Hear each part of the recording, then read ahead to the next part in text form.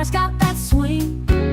Glasses clink, hear the ice cubes sing. Liquid lunch, pour it smooth, let it flow. Friends round the table where the good times grow. Raise a glass, let the worry slip away. Liquid lunch, we're living for today. There's Troy laughing with his gin and a grin, telling stories about where he's been. Boomer's got whiskey, he's loosening his tie, chasing dreams under a midday sky.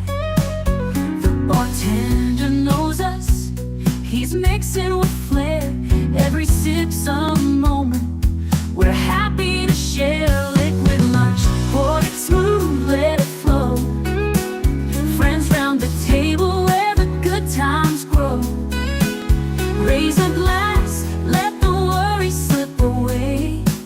Liquid lunch, we're living for the day. The clock don't matter, we're lost in the vibe. Jazz in the air, feel the soul come alive. From martinis to bourbon, we're riding the wave. Stealing this hour, it's the freedom we crave.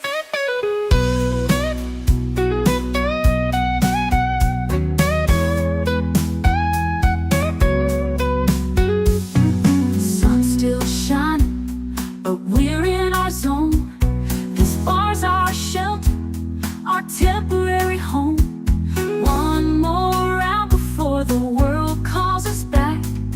Savor the moment, keep the blues in the rack. We'll laugh, we'll toast till the afternoon fades. Memories made in these liquid escapades. Liquid lunch, pour it smooth, let it flow. Friends round the table where the good times grow. Raise a glass, let the worry slip away. Liquid lunch, we're living for the day. So here's to the daylight, the drinks and the fun. Our liquid lunch, till the next one comes. With a wink and a smile, we'll be back real soon. Chasing that jazz under the high noon.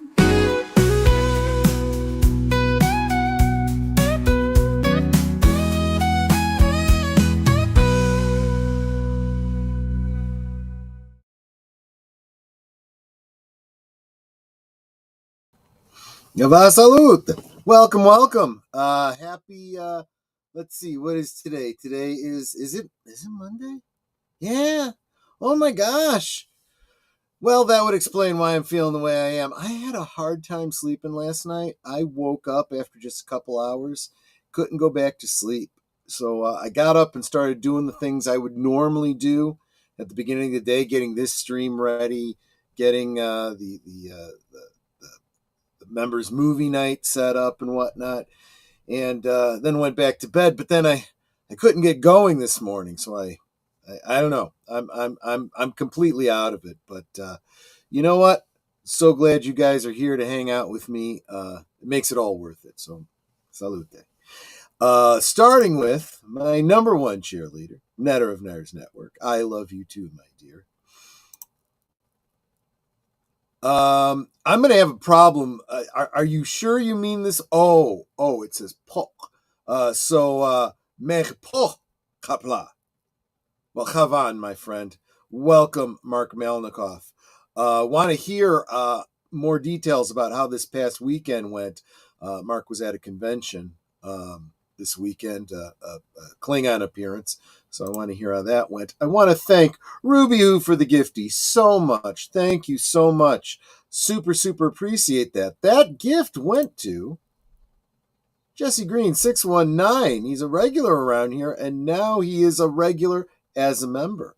So welcome, Jesse Green. You will be able to join us later tonight if you are around and so choose for my first time watching The Big Lebowski. And you guys can all watch along with me. Those of you that are members, if you're not a member, you can become a member for as little as $2 a month. That is less than one often spends on a super chat. That's less than a cup of coffee. And I don't even mean, the expensive stuff that you get at Starbucks. I mean, like, when you go to the diner and get a cup of coffee, it's cheaper than a cup of coffee. And let's see here. Then I got another, speaking of a $2 super chat, there you go. Smash that button. Yes, please. Like this. Share it out. And when you give a gifty, you do more to grow this community of ours than anything else I can think of. I super, super appreciate it. And of course, Ruby said that she'll be listening. So have a great day. Good. Yeah, this is going to be an interesting one. I think you're going to enjoy it, Ruby. So influencer is not an occupation. I absolutely agree. I'm not entirely certain that an influencer is what influencers think it is. Thunderbolts, aka the new Avengers, is the tip of the iceberg for X-Men. Good movie, number 1 in Tix sales second week. Yeah, but still nowhere near where it needs to be for profitability. It's the tip of the iceberg, and the iceberg is moving into southern waters and melting. That's kind of how I see. That's kind of how I see Marvel going. Just my personal opinion. Shh, I'm at work. Just saying hi. That's perfectly fine. Robert's Infinite Realms, as long as they don't give you any grief for a little, doodah in your ear so that you can listen in. That's, I won't tell anyone, I promise. But you know what? You're supposed to be on lunch anyway. Tell them you can do whatever you want on your lunchtime, for crying out loud. Gorilla Censored Thoughts. Kapla! Gotta lurk. Gotta not so great work day. Yeah, well, it's a Monday. It's a Monday, right? So of course. But that's why we do this, so that you can break up your work day, kind of relax, have a drink.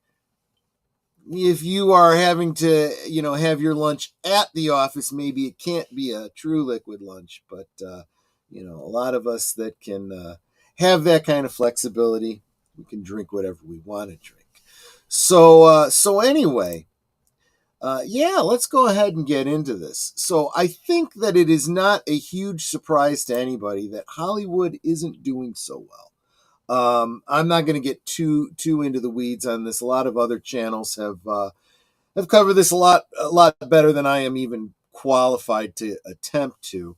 But ticket sales have really not recovered since the coof about 6-7 years ago, and it's. A lot of the theaters are very concerned. The smaller theaters are some of them are just going away. Even some of the bigger theater chains are concerned about having to leave the market, and they are trying to do all sorts of things to try and bring people back into the theaters.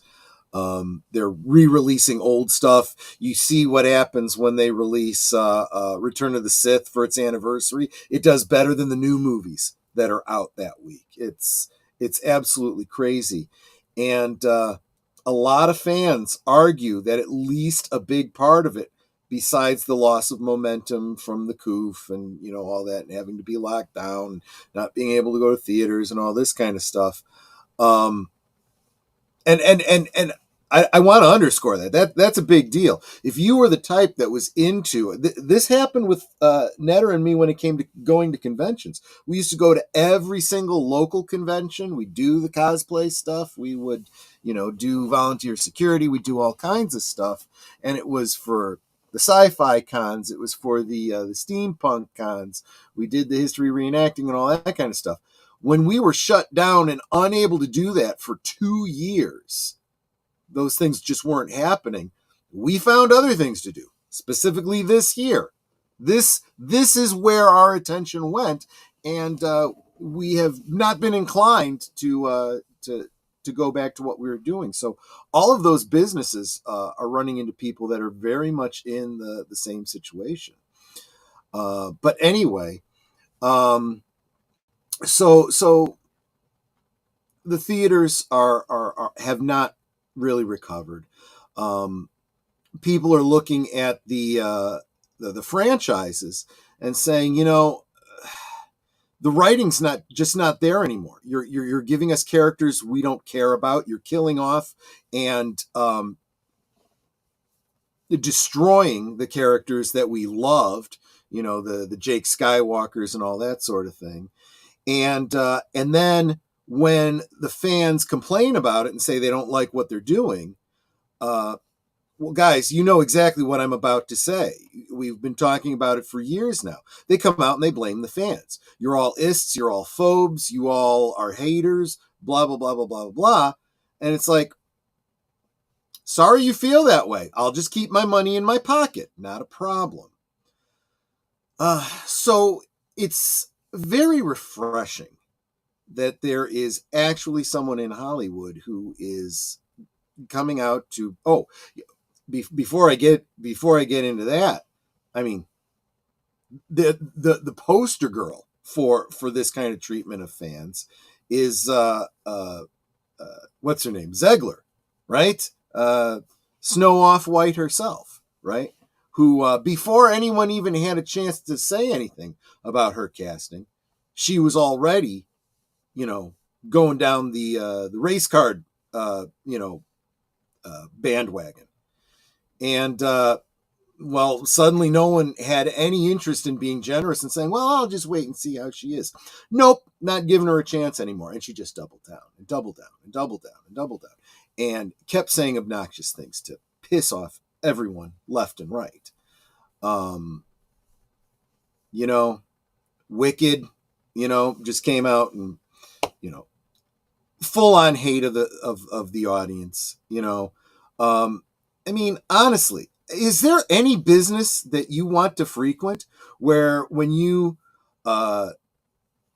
treat them like crap, they want to come back? I mean, anyone who's ever worked in any kind of a customer service area knows if you're nice to people, they tend to be nice to you. They like to come back. They like to see you on a regular basis. They become regulars, right? And then if you do make a mistake, they're usually more forgiving. Well, you know what? You've always provided me good service. I can forgive, especially when you say, I'm sorry. I made a mistake. People are very quick to forgive if you're truly sorry. If you make excuses, people tend not to be very forgiving. They tend not to be very forgiving. But so anyway, in this environment where the so-called celebrities are and then you can look at the award ceremonies, right? I mean, those are just a mutual self-pleasure session for these Hollywood elites. Nobody is watching them. The ratings are in the tank, and people are making fun of them left and right on other outlets, other alternative outlets, if you take my meaning.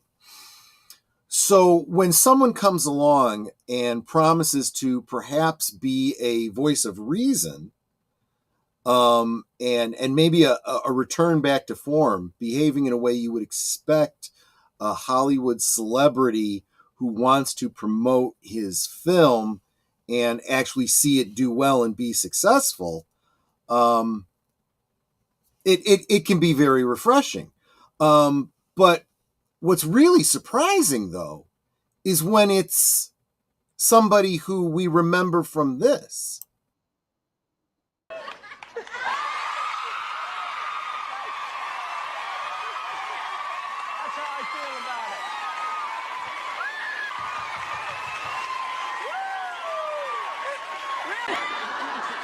Oh, ladies, please. Okay. I've never seen you like that.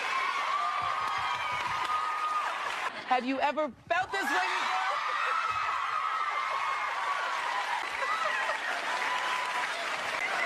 I mean, to think that he would be the voice of reason in a time like this, but he is, and we're going to get into that. Let me bring this up real quick. I want to not share extra sound, so I'm not echoing here. Give me just a second here. So this one comes to us from that Park Place. Link is in the description, so you can go read it for yourself. And I really do recommend you consider checking out this little pro button that's up here. They've got some really great content there that's exclusive to members, worth checking out. But this one is not one of those. Tom Cruise refuses to politicize Mission Impossible promotion amid Trump questions. We'd rather answer questions about the movie. Now, it does get a little bit in this article into the speculation on the trade wars and the tariffs and so forth. I'm not going to get too into that because we've already talked about that last week. But let's see what Tom Cruise is doing and saying right now. In an entertainment industry where press tours increasingly double down as political soapboxes, Tom Cruise just proved that it is possible for a movie star to stay focused on the movie and not Donald Trump. During a press conference in Seoul promoting Mission Impossible: The Final Reckoning, the man many call the last movie star, and I tend to agree with that more and more lately, was asked a pointed question about Donald Trump's proposed tariffs on films produced outside the United States. Now, again, just touching back to what we talked about last week, nobody can really make any kind of an intelligent comment about that because it was just talk with no specifics given. There's no specifics to address, so no one can really have an opinion about something very, very speculative and very much just a suggestion. And let's face it, it's unwise to make assumptions because when you make assumptions, you make an ass out of you and assumptions. Rather than dive into the debate, Cruise offered a simple, firm, and refreshingly sane response. We'd rather answer questions about the movie. Thank you. He didn't. That's not a nasty way to say it. It's a very straight way. You know what? We'd rather just answer questions about the movie. Do you have any questions about the movie? Doesn't get snippy. Doesn't refuse to take questions. And I've seen people do things like that. The moment unfolded during a panel featuring director Christopher McQuarrie, and I wonder if he's related. Well, anyway, never mind. And co-stars Haley Atwell. Wow, now I really want to see this movie. I didn't know Haley Atwell was in it. Simon Pegg, Pom Clementif, and Greg. Is that seriously Craig Tarzan Davis? I don't know if that's a weird, crazy name or just badass. A Korean journalist speaking through a translator asked whether the upcoming Mission Impossible installment, shot across various countries, including parts of Africa, would be impacted by Trump's proposed tariffs on overseas film productions. The question echoed growing speculation in the media and among studio heads about how a new American first policy could affect Hollywood's international operations. Cruise, with a calm smile, leaned towards the translator and politely shut it down, shifting the focus back to where it belongs. The panel's moderator then chimed in, backing Cruise up. I think that's a fair answer. Cruise's response, while brief, represents a much larger and badly needed cultural movement. For years now, press junkets have become ideological battlegrounds where actors are expected to weigh in on everything from elections to global conflict. It's often less about the project and more about posturing. But Cruise, he's keeping the mission secret, simple. Little guided Freudian slip there. Mission simple and entirely possible in this scenario. Sell the movie, not the message. The message, right? This kind of professionalism feels increasingly out of place in modern Hollywood, where virtue signaling is often rewarded more than craftsmanship. Yet Cruise has built his career on doing things differently, particularly single-handedly keeping the theatrical experience alive during lockdowns and producing global blockbusters without turning red carpets into political rallies. You may remember that during the pandemic, ridiculous, draconian, arbitrary rules about how many people could be, in the same room at the same time when filming a movie, in the daylight, out in the field, on a alternate Wednesday, etc., etc. Some people on set were not doing what they were supposed to do, whether it had something to do with masks or something else, and Tom Cruise was caught on a hot mic just going off on them, saying, look, a lot of people have a lot of money riding on this. If you have a problem with it, you can walk. And a lot of people felt that he was, rude and unprofessional and this and that. And I was one of the few that came out and said, look, he's the executive producer on this. It's all his money. And every person that stands to make money on that is standing around doing what they're supposed to do, jumping through the ridiculous flaming hoops that have been thrown at them in order to get these movies made. Any one of these people F's it up, they deserve to lose their job. Just like you would deserve to lose your job if you did something that threatened the business overall, And you can complain all you want and say it's unprofessional, but the stockholders are going to go, nope, that's exactly what we want them to do. His decision not to comment on President Trump's tariff proposal doesn't mean he lacks an opinion. It means he understands that the press tour is not the proper arena for this discussion. It's the kind of restraint that used to be standard in the industry. Now, it's headline worthy. So then we get into, specifics about the tariffs. We don't need to get into that again. We talked about it enough last week. Cannes and beyond, more press traps ahead. Cruise may be the first major Hollywood figure to get ambushed with this type of questions, but he won't be the last. With the Cannes Film Festival just days away, expect international reporters to throw similar political grenades at any American actor willing to stand in front of a camera. For some, it will be an opportunity to preach. For others, hopefully, Cruise's example will serve as a reminder that it's okay to just talk about the art. There's a reason Top Gun Maverick soared at the box office. It didn't lecture the audience. It didn't pick fights. It just delivered thrills, heart, and unapologetic entertainment. Mission Impossible promises more of the same, and Cruise seems committed to keeping the message consistent on screen and off. In a climate where every press conference risks becoming a political ambush, Cruise demonstrated something that should never have gone out of style: class. He didn't take a side. He didn't scold the reporter.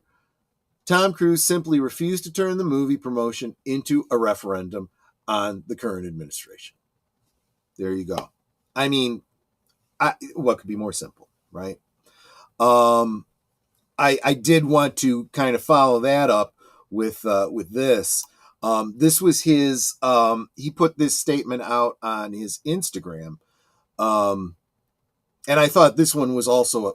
Why is that showing up? Remove from scene. Leave. I don't know. Let me change screens. Hold on a second, because this is what I wanted to show. Hi, everyone. On May 22nd, I'm coming to the great state of Texas, and I'll be visiting Fort Sam Houston in San Antonio before stopping by some theaters to see you at some of the first screenings of Mission Impossible: The Final Reckoning. Then we're going to fly to Dallas, where I'm going to get some delicious barbecue before going to more theaters to say hello, and I can't wait. We'll see you at the movies. I mean, how classy is that? I mean, and so personable, Look, I don't know Tom Cruise from Adam. You know, he may be, in his personal life, he may be a complete idiot, a complete jerk. I don't know. But all I know is what he's presented, and what he's presented is a nice guy, saying all the things you would expect someone, a business proprietor, to say to his customers because he wants them to come back and continue to spend money with him. And someone whose relationship with his customers is a professional, one that's not based on anything other than a mutual interest in what the business is. And in this case, it's entertainment. You know, he wants to entertain, and he wants to, you know, he wants to have that opportunity. Let's go back and see what you guys are saying here in the chat. So influencer says the movie theaters make profit from concession sales, which is why everything is expensive while production gets the tick sales. Yes, that's a simplified version of the truth. That is why concessions are so high, is because predominantly the money is made from those concessions. The margins that these theaters make is very, very small. But you also have to realize that those ticket sales, even if not a large percentage of them goes to the cinema, whether or not they draw people in absolutely does affect the cinemas. If the movies are not bringing in the audiences they used to, they're not selling as much popcorn as they used to. It's, you know, it really is just simple economics, supply and demand. There isn't a lot of demand for a lot of these films, so a lot of people aren't going to the theater. Then again, if they re-show a movie that has already come and gone, like I said, Revenge of the Sith and so forth, and people show up, that's just gravy. That's just gravy. I'm sure there's got to be a licensing fee that goes back to 20th century. Well, I guess it's not 20th Century Fox anymore, right? It goes back to Disney, but a lot more of that ticket sale is going to go then to the theater, because they're the ones who chose to re-show something and license that movie, and then they get their popcorn sales and all of that. Mark says, if true about concessions, that explains famous lawsuit against a place I worked for over 25 years ago. The theater chain tried to sue because the stores sold theater-style candy packages.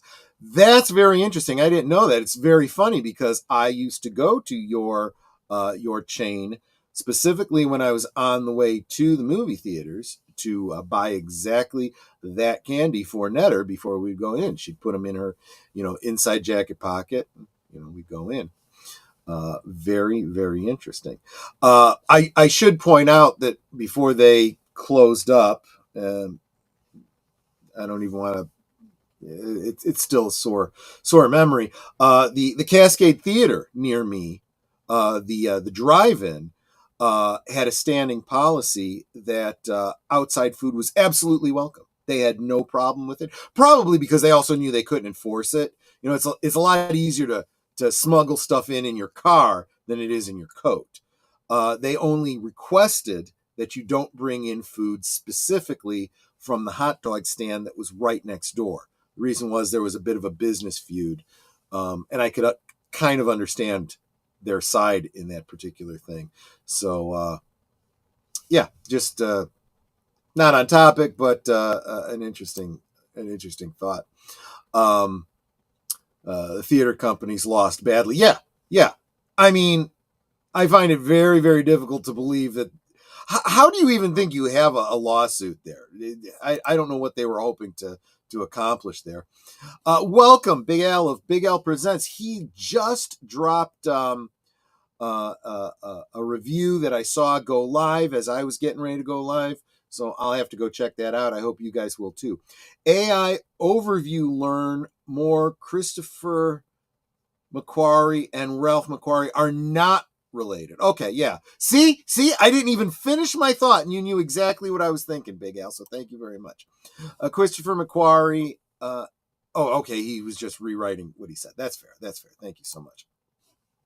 Other stars need to learn a lesson from Cruise. That is how you handle movie marketing.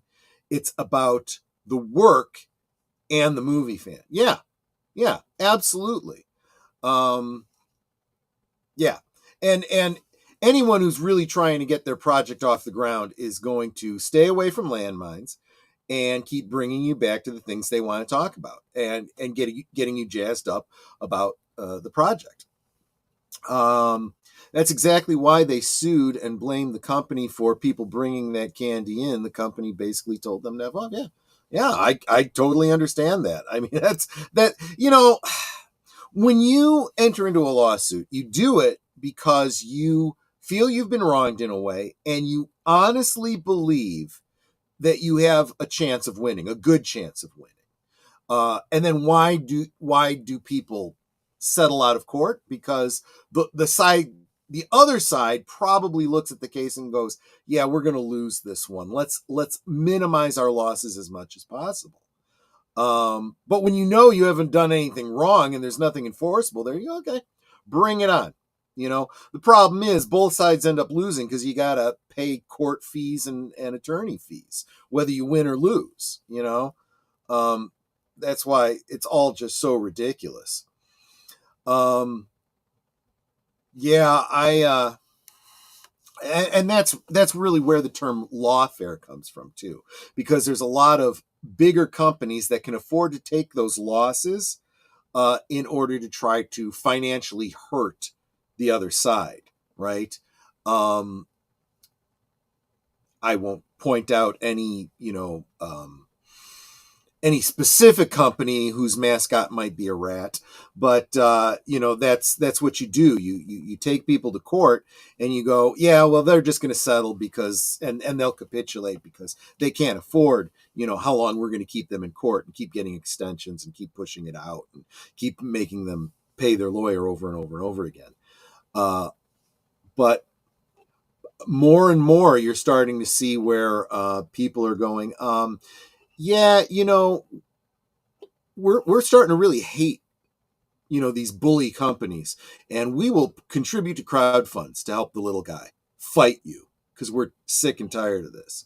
Smash JT, for example, in the whole Kotaku situation. It becomes a rallying cry. And I guess, I thought we were getting off topic with this, with what Mark was saying, but honestly, it's really just the flip side of what we were talking about with Tom Cruise, where Tom Cruise stays away from anything contentious and just focuses on, the Mission Impossible. See what I did there? Or whatever.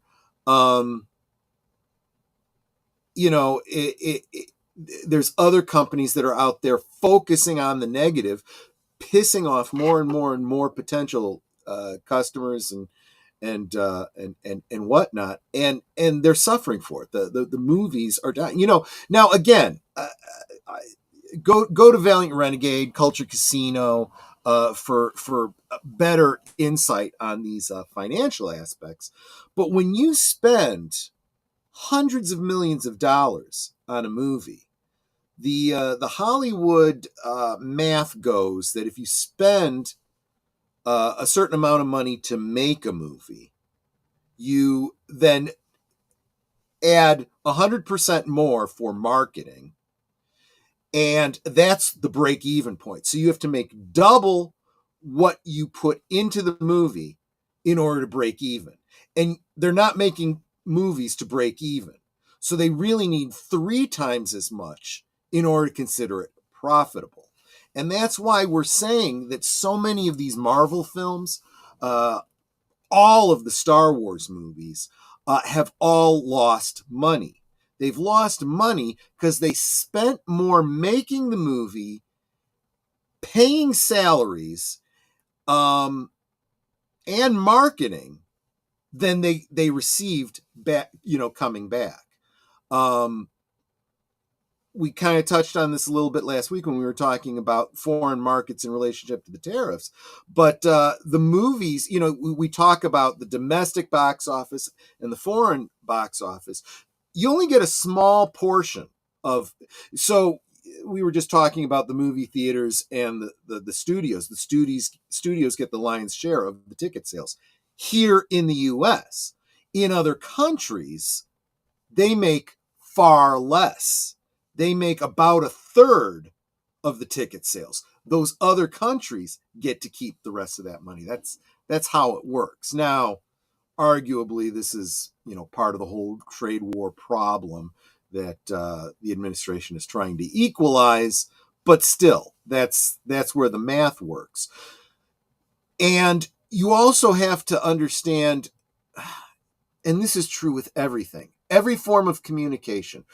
When you hear someone say a term, a phrase, you have to understand not only what that phrase means, but what the speaker means when they say that, right? I'll give you a great example. When I say Kleenex, do you believe that I really mean very specifically that brand of facial tissue put out that's called Kleenex brand? Or do you usually generally assume that I mean any kind of facial tissue, Puffs, the off-brand, whomever, because you understand that people use words to not mean what they're supposed to mean. It has a different meaning, right? And so when, for example, a studio says their budget for a movie is $300 million, you think they only spent $300 million to make this movie. So that's $600, if you count marketing. So anything over that is profit. That's not true. Okay? Anyone who's ever had to work with a budget and then had a budget overrun knows that what you said the budget was and what you actually spent could be two very different things. And when it comes to, the business world, especially the entertainment world, all we know is what they said their budget was. We have no idea. We have no way of knowing how much they actually spent on that movie. But you can kind of read the tea. Well, that's actually a bad analogy. You can actually see the shadows on the wall of the cave to guess what's going on outside the cave. And we can do the same thing when we look at cost overruns and production being put out, and you hear about reshoots, and this movie that was supposed to come out in the summer is not coming out until the winter. All of these things are cha-ching, cha-ching, cha-ching. Let's get even more basic about making a movie. The producers that make that put up the money for whatever. Let's say it's Star Wars. Okay, they're going to make Star Wars, right? Nobody came with a big pile of $300 million cash. I don't know what Star Wars budget was. Let's say $300 million and said, okay. And somebody sits in a petty cash drawer and pays people out of that, and pays the prop guy, and here, go to Lowe's and get more lumber, whatever. That's not how it works. What they do is they open a line of credit with a bank. They go, we have we've secured $300 million through all these different producers are backing this up. They're basically co-signing on a loan with the bank. They're good for it. We want you to loan us $300 million. Okay, here's $300 million. Go make your money, make your profit, pay us back. Here's the problem. From day one, interest starts accruing on that $300 million. So a month later, it's $300 million plus a month's interest. By the end of the year, it's a year's worth of interest on $300 million. You can imagine that's quite a bit of money. See? So that is all above and beyond their budget. And when you hear they're putting this movie off by a month not to compete with this, well, boom, there's another interest cost, a month's worth of interest cost they got to pay, right? When you hear they're going back for reshoots and they're not going to be releasing it now until the spring of next year, that's huge amounts of money. That's all the interest on that loan for another 6 months or whatever it is. Plus, they are paying everybody involved in that movie more money than they had originally budgeted because they've got to come back. And if they're working like round the clock, they're trying to get it in, before a certain deadline, they're paying overtime, triple time, all of that kind of stuff. You have no idea what the actual spend is. Sometimes that, and I've actually heard people in the industry saying, yeah, we used to say that it was budget times 2 for marketing. Now we're going budget times 2 for overruns, plus another, 100% on top of that for marketing. So now it's 3 times what the budget was just to break even. So now they have to make 4 times to be profitable. That's crazy. And when you start hearing like 500 million, 600 million, now making $1 billion, billion with a B, isn't even going to break even. And you look at that and you go, wow, it made $1 billion. And their budget was only this. That's this much profit. No, it is not.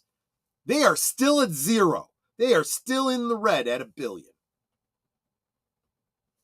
We don't know how much, but we can guess. And that's how bad these things are getting. Now, yes, again, that doesn't really directly impact the theaters, right? The theaters are going to still sell the tickets. They're still going to get their, whatever it is, a third or so. I think that's the rough estimate. 3 million, 33% goes to the theater. The rest goes back to the studio. But I'm sure different studios have different deals. And now the negotiations between the cinema and the theaters is starting to change. The dynamic is starting to change. Disney used to be able to go in and say, okay, you are going to carry the Marvels. You have 10 screens. 5 of those are going to be the Marvels. And you have to do that. Otherwise, you won't get any other movies from us this year. Geez, well, we can't, they got this coming up and this coming up. We got to do this. And so they put it in 5 theaters and nobody's freaking coming to see it. And so they're basically running at half capacity because of the empty theaters of the Marvels. And it's gotten to the point where the capital, and I don't mean it in terms of money, the bargaining power of Disney has been eroded by the fact that people aren't showing up for Disney films. So now the theaters are starting to push back and go, you know what? That's fine. You can keep your movies. You can show them in your Disney parks. We won't be showing them. We'll show reruns. We'll show old movies. And Disney's starting to go, ooh, yeah, okay. That's a problem. Yep. It's absolutely changing. And so the thought process on the side of Tom Cruise is, I want to be able to negotiate in good faith. I want them to want to work with me. I want everyone to profit as much as possible because, a rising tide raises all boats. And he has that bankable capital to say, well, look at what happened with Top Gun Maverick. I'm expecting to do the same thing with Mission Impossible. And the theaters are going to go, okay, yeah, we want to put you in. We got to get you in at least 3 theaters. Okay, that's fine. Then let's do this kind of a profit share on it, and they come up with something. That's the way business is supposed to work, There's a reason that a lot of people think of Tom Cruise as the last remaining movie star, because he's got that kind of charisma. And it might be all an act that he puts on when he's in front of the camera doing a press junket, and whatnot. Doesn't matter. I don't know the guy. All I know is his public persona. It's all I want to know. I don't want to know how he votes. I want to know way less about his, pseudo religion than I already do. But that's the interesting thing too, because he's Mr. Scientology, right? But it's not like he's out there hawking it every time he goes to a press junket. He's not proselytizing. So it's very easy for me to say, you know what, I don't care about his religion. He's making good movies. I enjoy his movies. He seems real nice. I'm gonna keep if I've got a choice between someone was talking about the Thunderbolts, the Thundervengers in the chat here. If I have a choice between the Thunderbolts and Mission Impossible. Now, I haven't seen all of the Mission Impossible movies. I really need to get caught up, probably, to know where we're going with the story, right? But then, same thing is true with the Thunderbolts. I haven't seen the past 3 phases of Marvel. Given a choice, which it's gonna be, and believe me, it is a choice. I can't do both. I don't have it in my budget to do both. I will go see Mission Impossible. The momentum for the Marvel cinematic universe is gone, because it's not just, did you see the last 3 movies that came out in the theaters for the Marvels? It's also, did you see this streaming service, this Disney Plus show, and that Disney Plus show, and the other? No, I don't subscribe to Disney Plus. Well, then you won't know who the hell these characters are, and you won't care. Well, I read the comics. Yeah. Did you like those comics? No. Because the all new, all different Marvel sucked. Well, you're getting more of that in the movies. That's the other dichotomy about the entertainment industry, right? When you do something that is an adaptation of a beloved franchise, it's a book series, it's a comic book story, it's whatever, fans get mad when you don't pay attention and adapt it appropriately and faithfully. When you start making crap up and changing the canon, you lose the fans, and then you're done. And ironically, the ones that they are getting the canon right and following the source material to the T are the ones that the fans didn't like. The fans of Marvel hated the all new, all different, replace the old characters with DEI inserts back when they did it in the late 90s with the comics. Why do you think it would be any better now when you make a movie out of it? The Last of Us. You know, the gamers loved the first game. They hated the second game. They were so angry about the main character getting killed off and, representational politics being pushed into it and so on and so forth. But the people making the show did it exactly the way it was in the game. And people are the viewers that didn't even play the game are reacting exactly the same way. Surprise! How could they have foreseen that coming? I don't know. Well, there you go. Anyway, that's just the drunken ramblings of the guy at the end of the bar. But I'd love to hear what you guys think. If you weren't able to join me today, if you're watching this, on a rewatch or something, drop me a comment. Let me know if you kind of dig what I'm laying down here, or if you disagree, you think I'm off. But please, if that's the case, let me know why. You can change my mind if you lay out a cogent argument and maybe fill me in on some things I didn't know. I know I talk like I know everything, but I know I don't. So absolutely help me out with that if you can. And,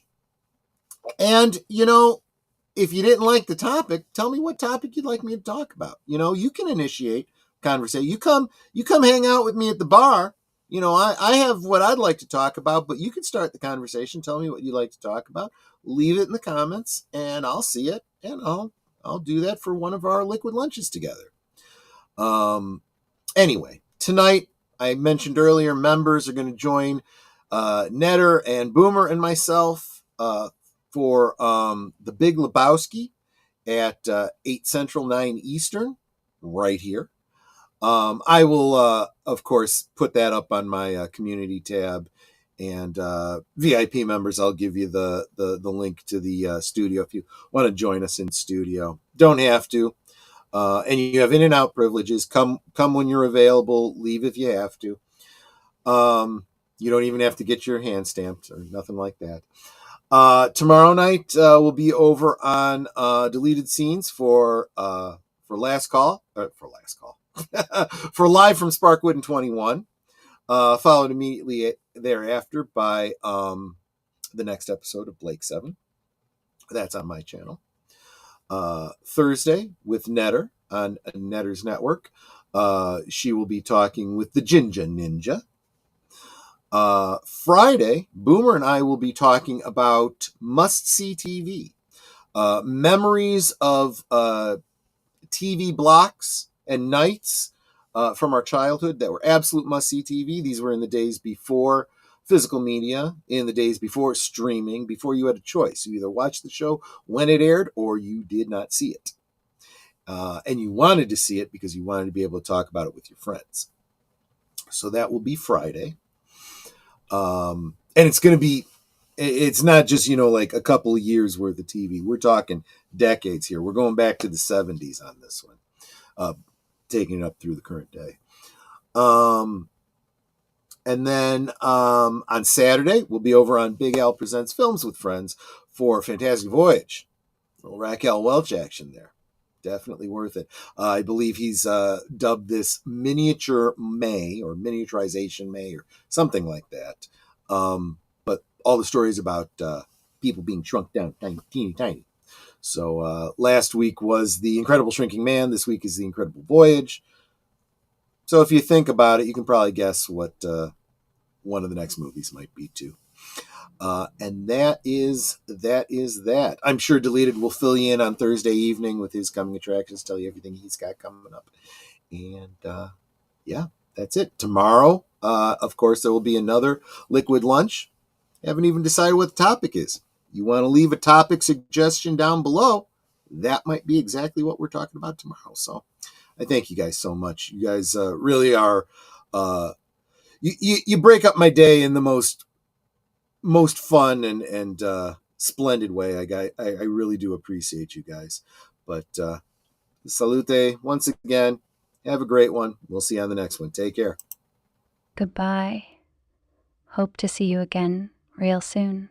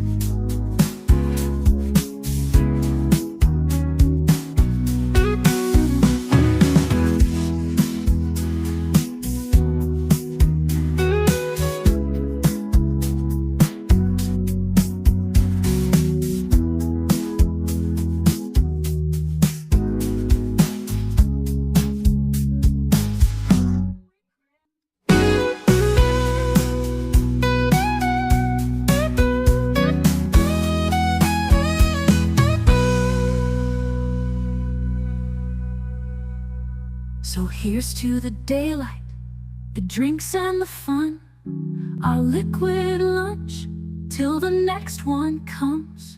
With a wink and a smile, we'll be back real soon. chasing that jazz under the highway.